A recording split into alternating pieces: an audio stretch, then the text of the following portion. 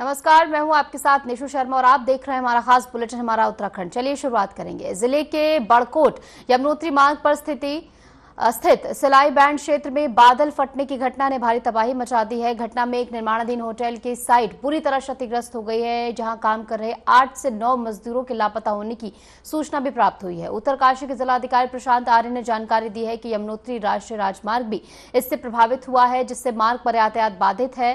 जिला प्रशासन ने त्वरित एक्शन लेते हुए राहत और बचाव कार्य शुरू कर दिया है। एसडीआरएफ, पुलिस और प्रशासनिक टीमें घटनास्थल पर मौजूद है और लापता मजदूरों की तलाश की जा रही है। सघन सर्च ऑपरेशन यहां पर चलाया जा रहा है। इस आपदा पर मुख्यमंत्री पुष्कर सिंह धामी ने गहरा दुख व्यक्त करते हुए सोशल मीडिया प्लेटफॉर्म एक्स पर लिखा कि उत्तरकाशी के बड़कोट तहसील के सिलाई बैंड क्षेत्र में हुए भूस्खलन की दुखद घटना में कुछ श्रमिकों के लापता होने की सूचना है। एसडीआरएफ, एनडीआरएफ सहित अन्य दल राहत एवं बचाव कार्य में जुटे हुए हैं। मैं लगातार संबंधित अधिकारियों के संपर्क में हूं। तो वहीं मुख्यमंत्री धामी ने राज्य आपातकालीन परिचालन केंद्र पहुंचकर उत्तरकाशी समेत राज्य के विभिन्न जिलों में हो रही भारी वर्षा की स्थिति की समीक्षा की है। उन्होंने बंद सड़कों को शीघ्र खोलने, जिला प्रशासन को सतर्क रहने और आमजन को समय पर सूचना देने के निर्देश दिए हैं।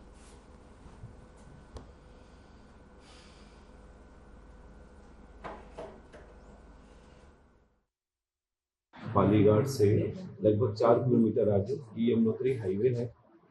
सिलाई बैंड नाम की जगह है, यहाँ पे एक कुछ होटल का कंस्ट्रक्शन हो रहा था, अंडर कंस्ट्रक्शन। उसी के बगल से एक नया लैंडस्लाइड जोन डेवलप हुआ है, जिसमें पहले कभी नहीं रहा था, सेफ था। उसमें डेवलप हुआ है लैंडस्लाइड और नीचे की ओर आते हुए, होटल से नीचे की ओर आते हुए जो लेबर्स का शेल्टर था, शेल्टर या कैंप साइट, वो उसकी जद में आया है। तो इस लैंडस्लाइड की वजह से हमारा जो एनएच है वो लगभग अभी जो असेस किया है 10 मीटर के आसपास वो वॉश आउट हुआ है। और जो कैंप साइट थी नीचे लेबर्स की, जिसमें बताया जा रहा है 19 लेबर थे, उसमें से 8 या 9 लोग मिसिंग हुए। अभी एनडीआरएफ, एसडीआरएफ, पुलिस, रेवेन्यू का टीम मौके पे है, पीडब्ल्यूडी का टीम भी आ गया है। पालीघाट पे, सिलाई बैंड पे और ऊपर 2 लोकेशन पे रोड वॉश आउट नहीं हुई है, लेकिन मलबा आने की वजह से अभी बाधित है। तो लगभग 2 घंटे का समय लगेगा बाकी जगह रोड क्लियर करने में, परंतु जो वॉश आउट हुआ है 10 मीटर के एरिया, जिसके लिए थोड़ा समय लगेगा इसको वापस से रिस्टोर करके। जो ट्रैफिक ऊपर है हमारे यमुनोत्री की तरफ जो दर्शन के लोग गए थे, उनको लाने के लिए भी मुझे 3 बजे तक का समय दिया है।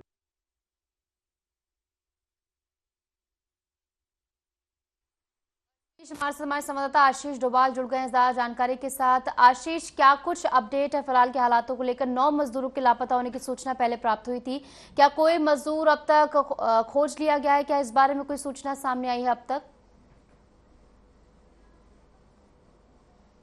आशीष, आप तक मेरी आवाज पहुंच पा रही है? आशीष के साथ हमारा संपर्क फिलहाल नहीं हो पा रहा। एक बार फिर से उनसे जुड़ने का प्रयास करेंगे, लेकिन लगातार आपको तस्वीरों के माध्यम से भी दिखा रहे हैं कि किस तरीके से वहां पर जो है फिलहाल लगातार जो है एनडीआरएफ, एसडीआरएफ की टीमें तैनात है। आशीष हमारे साथ लगातार जुड़। आशीष, आप तक मेरी आवाज पहुंच पा रही है? हाँ जी आशीष, क्या अपडेट है फिलहाल के हालातों को लेकर? बिल्कुल नीशु, जो ये अतिवृष्टि और बादल जो फंसा है उत्तरकाशी में हाईवे पर पालीघाट से करीब 4 किलोमीटर आगे जो सिलाई बैंड है वहाँ पर ये हादसा हुआ है। और जो निर्माणाधीन एक होटल था, उसके जो मजदूर थे उनका टीन शेड से में रह रहे थे, वो कहीं ना कहीं जो भवन था वो इसकी चपेट में आ गया, मलबे की चपेट में आ गया और 19 लोग वहाँ मौजूद थे, जिसमें से 10 लोग तो रेस्क्यू कर लिए गए थे और 9 लोग लापता है और उनकी खोजबीन अभी भी जारी है। यमुना नदी का बहाव भी काफी बढ़ा हुआ है, जलस्तर बढ़ा हुआ है और रेस्क्यू कार्य जारी है। मुख्यमंत्री पुष्कर सिंह धामी भी के साथ ही जो डीएम है उत्तरकाशी के प्रशांत आर्य, जो इस हादसे में लगातार मॉनिटरिंग कर रहे हैं और जो बचाव है उसको करने के निर्देश दिए हैं कि जो भी लापता लोग हैं उनको जल्द से जल्द रेस्क्यू किया जाएगी। अभी तक जानकारी के अनुसार अभी तक कोई भी शव बरामद नहीं हुआ है। जो 9 लोग लापता हुए हैं उनकी जो स्थिति है वो आपदा जो जिला आपदा प्रबंधन की ओर से जारी की गई है और उनका रेस्क्यू लगातार जारी है। ठीक है। तो यानी कि लगातार एनडीआरएफ एसडीआरएफ की टीमें वहां पर तैनात हैं। और ये भी बताइए आशीष की जो आसपास रहने वाले लोग हैं, भूस्खलन के आसपास रहने वाले जहां पर हुआ है वहां पर जो लोग रह रहे हैं, क्या उनको किसी अन्य स्थान पर पहुंचाया गया है, सुरक्षित स्थान पर? जी निशु, यहाँ आसपास तो कोई लोग नहीं थे। होटल का निर्माण, यहाँ पर एक होटल का निर्माण हो रहा था, उसके सारे मजदूर एक टीन शेड में रह रहे थे जो मलबे की चपेट में आ गया। और कहीं ना कहीं जो एनएच है उसका भी करीब 10 मीटर हिस्सा जो है वॉश आउट हुआ है। और आसपास के जो ग्रामीण है, गांव है, उनका भी संपर्क कहीं ना कहीं टूट गया है। और जो आसपास के लोग हैं उनको कोई किसी तरह का कोई नुकसान नहीं हुआ। जी बताइए, क्या इस बारे में बताया गया कितना समय और टीमों को वहां पर लगेगा? क्योंकि जिस तरीके से तस्वीरें सामने आई हम देख पा रहे हैं पूरा जो इलाका मलबे में तब्दील होता हुआ नजर आ रहा है। तो क्या इस बारे में कोई सूचना दी गई है कितना समय और लगेगा यहाँ पर? जी, फिलहाल जो चारधाम यात्रा है वो 24 घंटे के लिए रोक दी गई है उत्तराखंड में। और जो यमुनोत्री हाईवे पर ये जो अतिवृष्टि के बाद जो मलबा आया है और जो रोड जो गायब हुई है, ये जो जहाँ पर वॉश आउट हुआ है, इसके अलावा एक दो और जगह पर भी मलबा आया है यमुनोत्री हाईवे पर। तो कहीं ना कहीं देर शाम तक इसको खुलने की उम्मीद है। और सारी टीमें एनएच है, पीडब्ल्यूडी है, एनडीआरएफ एसडीआरएफ सभी लोग जो बचाव दल के लोग हैं वो लगे हुए हैं। और देर शाम तक उम्मीद है कि एनएच खोल दिया जाएगा। फिलहाल जो गंगोत्री एनएच था वो खोल दिया गया है, लेकिन यमुनोत्री हाईवे अभी भी खुल नहीं पाया है। जी, मार्ग बंद है, जिसके चलते लोगों को इस बारे में जानकारी भी दी जा रही है कि मार्ग बंद है, अपने होटल से जो है ना निकले। ऐसे में सीएम पुष्कर सिंह धामी की ओर से भी लगातार संपर्क जो है सदा हुआ अधिकारियों के साथ, उनको लेकर क्या कुछ जानकारी है? बिल्कुल, सीएम पुष्कर सिंह धामी जो आपदा परिचालन केंद्र है, राज्य आपदा परिचालन केंद्र देहरादून में, वहाँ से लगातार मॉनिटरिंग कर रहे हैं। और जो लापता लोग हैं जो उनका रेस्क्यू करने के निर्देश दिए हैं। और जल्द से जल्द जो एनएच है वो खोलने के निर्देश मुख्यमंत्री की तरफ से दिए गए हैं। और जो लापता लोग हैं उनको भी जल्द से जल्द तलाश करने के निर्देश दिए गए हैं।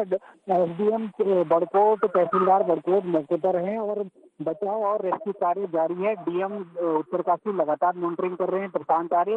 इसके अलावा सीएम ने खुद जो है देहरादून से निर्देश दिए हैं कि जल्द से जल्द जो राहत और बचाव कार्य हैं वो पूरे किए जाएंगे। ठीक है आशीष, तो कुल मिलाकर वहां पर लगातार रेस्क्यू ऑपरेशन चल रहा है। 9 लोग जो अभी भी लापता है उनको ढूंढने के लिए यहाँ पर एनडीआरएफ और एसडीआरएफ की टीमें लगातार तैनात हैं। और सीएम पुष्कर सिंह धामी भी लगातार हालातों पर नजर बनाए हुए हैं। बहुत बहुत शुक्रिया आपका हमारे साथ जुड़ने के लिए और तमाम जानकारी हमारे साथ साझा करने के लिए। चलिए खबरों में आगे बढ़ेंगे। प्रधानमंत्री नरेंद्र मोदी के मन की बात कार्यक्रम का 123वां एपिसोड टेलीकास्ट किया गया। इस कार्यक्रम को मुख्यमंत्री पुष्कर सिंह धामी ने भी सुना। सोशल मीडिया एक्स पर सीएम ने पोस्ट कर लिखा कि आज देहरादून में आदरणीय प्रधानमंत्री नरेंद्र मोदी के मासिक रेडियो कार्यक्रम मन की बात का 123वां संस्करण सुना।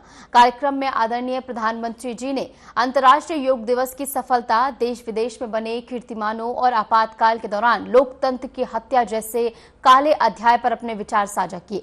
प्रधानमंत्री ने यह भी बताया कि विश्व स्वास्थ्य संगठन ने भारत को ट्रैकोमा मुक्त देश घोषित किया है और अंतर्राष्ट्रीय श्रम संगठन यानी कि आईएलओ की रिपोर्ट के अनुसार भारत की 64% आबादी को सरकार की सामाजिक सुरक्षा योजनाओं का लाभ मिल रहा है।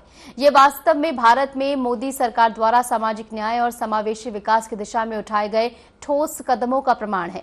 उन्होंने विश्व पर्यावरण दिवस और प्रकृति संरक्षण के महत्व को रेखांकित करते हुए महिला स्वयं सहायता समूह द्वारा तैयार हस्त निर्मित उत्पादों की सराहना की है। ये हमारे लिए गर्व का विषय है कि आदरणीय प्रधानमंत्री जी द्वारा लॉन्च किया गया उत्तराखंड के स्थानीय उत्पादों का ब्रांड हाउस ऑफ हिमालयाज अब वैश्विक पहचान प्राप्त कर रहा है, जिससे राज्य की मातृशक्ति को आजीविका के नए अवसर भी मिल रहे हैं।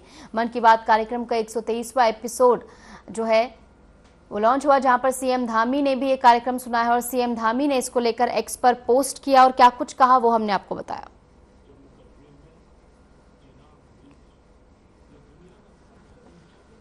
खबरों में आगे बढ़ेंगे। इन दिनों काशीपुर की हवाओं में कुछ ज्यादा ही राजनीतिक परफ्यूम उड़ाया जा रहा है। शहर की गलियों में, चाय की दुकानों पर, सोशल मीडिया पर और कुछ लोग दिन रात एक ही बात दोहरा रहे हैं कि काशीपुर कांग्रेस का गढ़ रहा है। लेकिन जब इतिहास की किताबें खोलकर देखी जाती हैं तो सच्चाई कुछ और ही निकलती है। इन बातों को हवा देने वाले वही लोग हैं जो हर चुनाव में कांग्रेस की जीत का सपना देख देख कर अब सपना बेचने लग गए हैं। लेकिन हकीकत यह है कि 1985 के बाद कांग्रेस काशीपुर में कभी विधायक की सीट नहीं जीत सकी। वहीं बीजेपी के वरिष्ठ नेता हरभजन सिंह चीमा, जो खुद 4 बार काशीपुर से विधायक रह चुके हैं,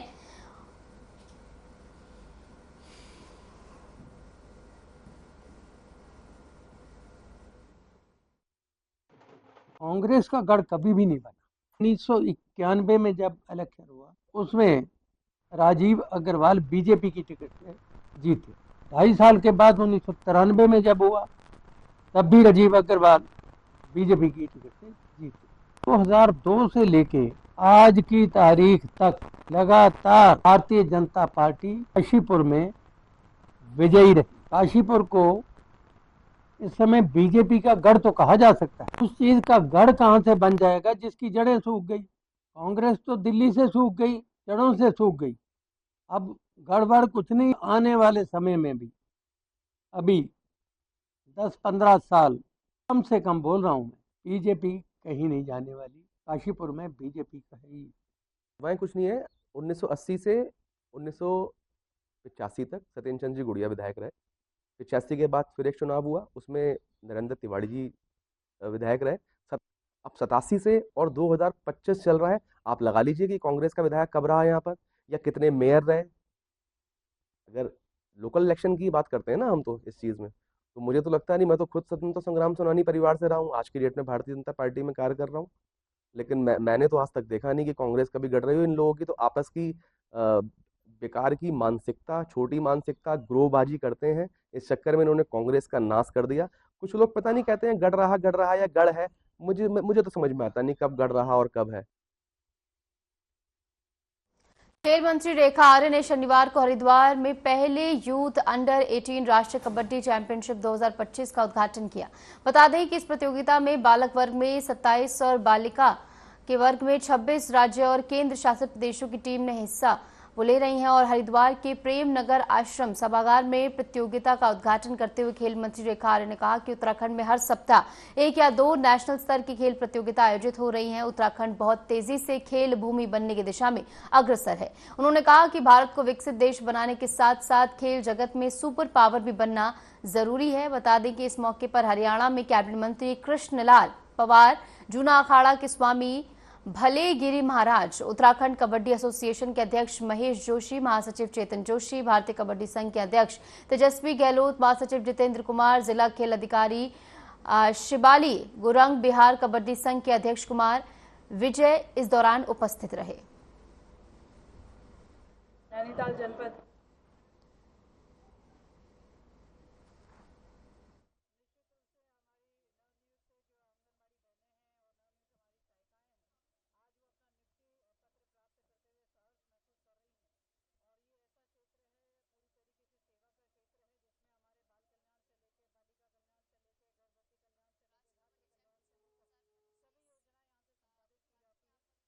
सेवा के क्षेत्र में आते हुए उद्घाटन किया। और राष्ट्रीय कबड्डी चैंपियनशिप 2025 के उद्घाटन के साथ ही तमाम महत्वपूर्ण बातें रेखा आर्य की ओर से कही गई हैं। उन्होंने कहा कि खेल भूमि के तौर पर भी उत्तराखंड जो है लगातार अपनी पहचान बना रहा है और लगातार जिस तरीके से राष्ट्रीय खेलों का आयोजन उत्तराखंड में हो रहा है, ये दिखाता है कि उत्तराखंड अब खेल भूमि के तौर पर अपनी छवि बनाता हुआ नजर आ रहा है।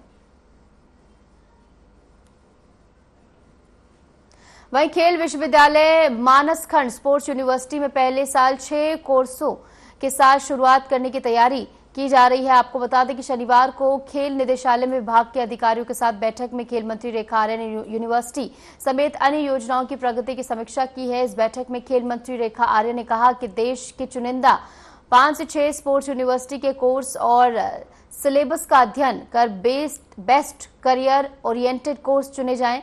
उन्होंने अधिकारियों से कहा है कि आगामी खेल दिवस 29 अगस्त पर यूनिवर्सिटी के शिलान्यास की सभी तैयारियां कर ले। शुरुआत में यूनिवर्सिटी में खेल सचिव, कुलपति, खेल निदेशक, कुल सचिव और खेल विभाग के वित्त नियंत्रक वित्त विश्वविद्यालय के वित्त नियंत्रक की जिम्मेदारी संभालेंगे। बैठक में खेल मंत्री ने नेशनल गेम्स के पदक विजेताओं को आउट ऑफ टर्न जॉब देने के लिए अधिसंख्य पद जल्द सृजित करने की कार्रवाई तेजी से पूरी करने के निर्देश दिए हैं। साथ ही अधिकारियों से कहा है कि खिलाड़ियों के लिए भोजन भत्ता 250 से बढ़कर साई के समान करने का प्रस्ताव जल्द तैयार करें।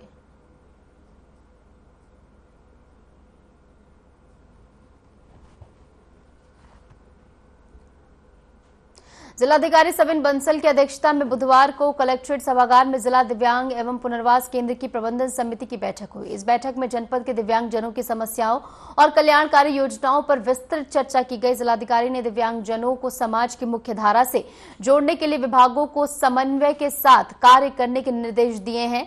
तो वहीं दिव्यांगजनों की चिकित्सा सुविधा के लिए कोरोनेशन अस्पताल में विशेष स्टेट रेफरल सेंटर बनाया जाएगा। बता दें कि भूमि न मिलने के कारण 10 वर्षों से मामला अधर में लटका था। पहली ही बैठक में डीएम ने इसका संज्ञान लेते हुए स्टेट रेफरल सेंटर के लिए त्वरित कार्रवाई के लिए एस्टीमेट गठन और कार्यदायी संस्था चयन के निर्देश दिए हैं। डीएम की कोशिशों से पहले 14 अनाथ बौद्धिक अक्षम दिव्यांग बालिकाओं को नया उच्च स्तरीय आशियाना भी मिल चुका है। इन बालिकाओं को बंद होने जा रही सत्य साई आश्रम से राफेल होम संस्था में विधिवत दाखिल कराया गया है। जिलाधिकारी ने बैठक में निर्देश दिए हैं कि चक्राता ब्लॉक में छूटे 208 लोगों का दिव्यांग प्रमाण पत्र बनाने के लिए विशेष शिविर लगाए जाएं। दिव्यांग और वरिष्ठ नागरिकों को निःशुल्क सहायता उपकरण वितरण हेतु शिविरों का व्यापक प्रचार प्रसार करें, ये बात कही गई है।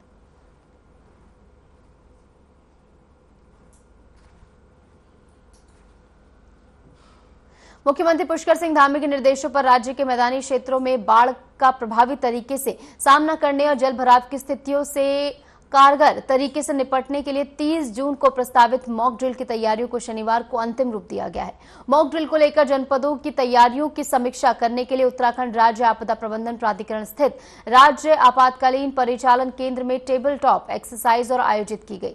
इस दौरान जनपदों में जिन परिदृश्यों पर मॉक ड्रिल की जानी है उन पर विस्तार पूर्वक चर्चा हुई। साथ ही मॉक ड्रिल के सफल संचालन के लिए आवश्यक दिशा निर्देश दिए गए। वहीं इस अवसर पर सचिव आपदा प्रबंधन एवं पुनर्वास विनोद कुमार सुमन ने कहा कि इस वर्ष मौसम विभाग द्वारा सामान्य से अधिक बारिश का पूर्वानुमान व्यक्त किया गया है और इस बारे में अधिक जानकारी साझा की गई।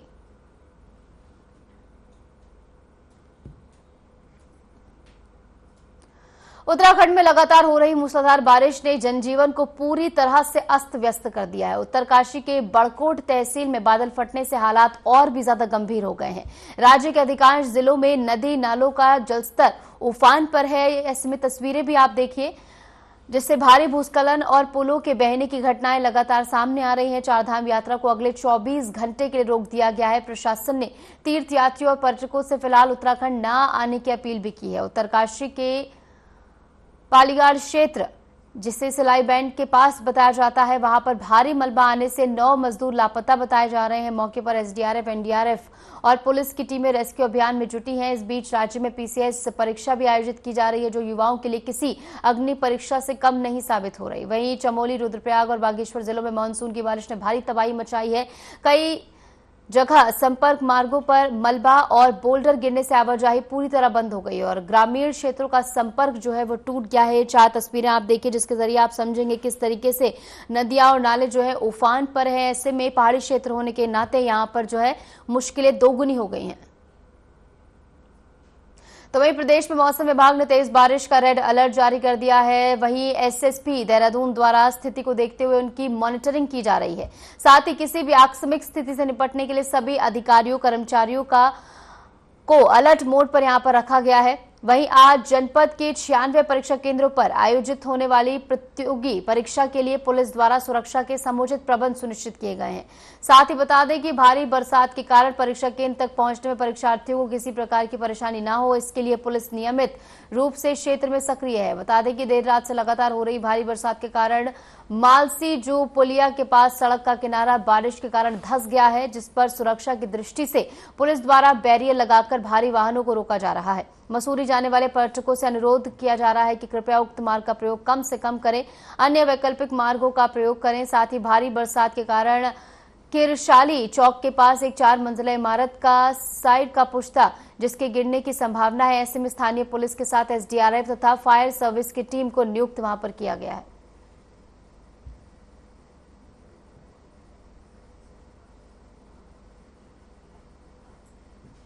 मौसम विज्ञान केंद्र देहरादून के निदेशक डॉक्टर विक्रम सिंह ने 29 और 30 जून के लिए प्रदेश के कई हिस्सों में भारी से बहुत भारी बारिश का रेड अलर्ट जारी किया है, जिसका असर पौड़ी, टिहरी, रुद्रप्रयाग, देहरादून और नैनीताल के जिलों में अधिक रहने की संभावना है। इसके चलते भूस्खलन, सड़कें बंद होने और नदी नालों में जलस्तर बढ़ने की आशंका भी जताई गई है। साथ ही आम जनता और पर्यटकों को सावधानी बरतने की सलाह दी गई है। प्रशासन को अलर्ट रहने और आपदा प्रबंधन के सभी इंतजाम चाक चौबंद रखने के निर्देश दिए गए हैं।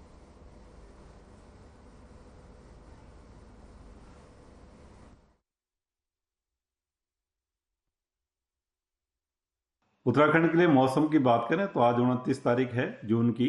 तो 29 और 30 तारीख के लिए जैसे बोला गया था कि भारी से बहुत भारी वर्षा जो है कुछ जगहों में वो प्रदेश के विभिन्न जिलों में मिलने वाली है, और बाकी भी जो जिले हैं उनमें भी, जनपदों में भी हैवी से वेरी हैवी रेन कहीं कहीं पर मिलने की संभावना है।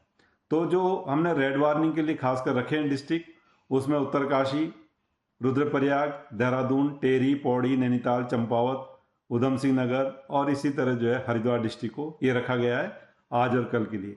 बाकी जो डिस्ट्रिक्ट है उनमें ऑरेंज अलर्ट जो है वो रखा गया है। इसी तरह सेम चीज़ जो है कल 30 तारीख के लिए भी जून को वो रखी गई है। तो 2 दिन काफ़ी बारिश की एक्टिविटी प्रदेश में देखने को मिलनी चाहिए।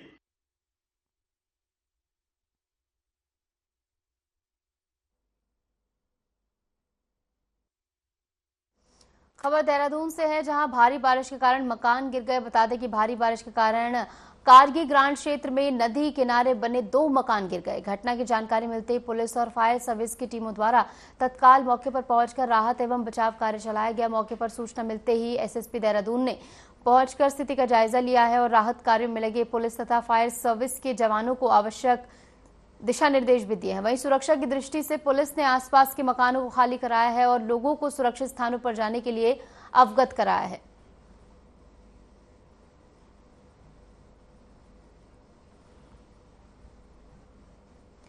तो वहीं दूसरी ओर उत्तराखंड में मौसम का पूर्वानुमान जारी किया गया है। मौसम विभाग ने भारी बारिश की चेतावनी आने वाले समय के लिए दी है। वहीं आपदा सचिव विनोद कुमार सुमन और गढ़वाल कमिश्नर के निर्देश के बाद जिलाधिकारी उत्तरकाशी प्रशांत कुमार आर्य ने चारधाम यात्रा पर अगले 24 घंटे के लिए रोक लगा दी है। बता दें कि जनपद में तीर्थ यात्रियों को सुरक्षित स्थानों में रुकवाने के निर्देश दिए गए हैं। तो वहीं जिले की पुलिस और सभी उप जिलाधिकारी को निर्देश दिए गए हैं।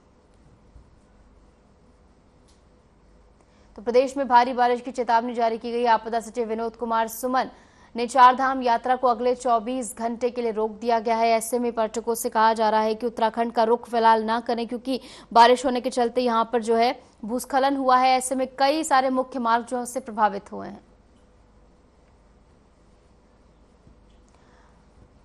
इस बीच आशीष ढोभाल हमारे साथ, हमारे संवाददाता जुड़ गए हैं। आशीष, क्या बताया ये जा रहा है कि 24 घंटे पर जो है रोक लगा दी गई है चारधाम यात्रा पर। ऐसे में पर्यटकों को किस तरीके से इस बारे में अवगत कराया जा रहा है?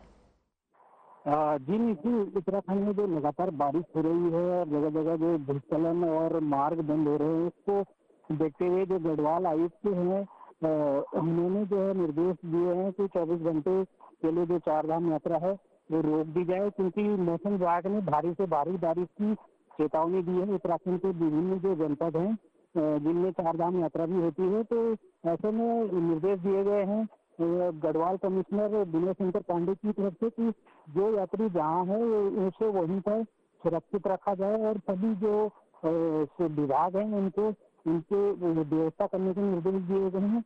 और जो भोजन और रुकने की व्यवस्था है वो कहीं ना कहीं सरकार की तरफ से यात्रियों की जा रही है और अगले 24 घंटे तक जो चारधाम यात्रा है वो फिलहाल रोक दी गई है। जी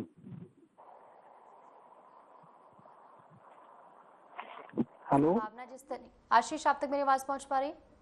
जी आशीष, बताया ये भी जा रहा है कि आने वाले समय में और ज्यादा बारिश हो सकती है, तो यानी कि हालात जो है और ज्यादा बिगड़ते हुए नजर आ सकते हैं। ऐसे में 24 घंटे जो चारधाम यात्रा पर रोक लगाई गई है, क्या इसे और एक्सटेंड किया जा सकता है? जी फिलहाल ये तो 24 घंटे बाद ही सामने आएगा ये कि क्या सरकार का निर्णय जो रहेगा, लेकिन फिलहाल 24 घंटे के लिए यात्रा पर रोक लगा दी गई है, क्योंकि जो यमुनोत्री मार्ग पर जो लैंडस्लाइड हुआ है उसके करीब 9 लोग लापता है, और जो अन्य जो मार्ग हैं, बद्रीनाथ मार्ग भी बंद था और गंगोत्री यात्रा मार्ग भी बंद था। तो ऐसे में भारी बारिश को देखते हुए ये निर्देश जारी किए गए हैं, और कहीं ना कहीं अब अगले 24 घंटे बाद ही जो सरकार का निर्णय होगा उसी के अनुसार जो है आगे जो है निर्णय लिए जाएंगे। जी ठीक है आशीष, बहुत बहुत शुक्रिया आपका जुड़ने के लिए और तमाम जानकारी साझा करने के लिए। और फिलहाल के लिए हमारे इस खास बुलेटिन में इतना ही। नमस्कार।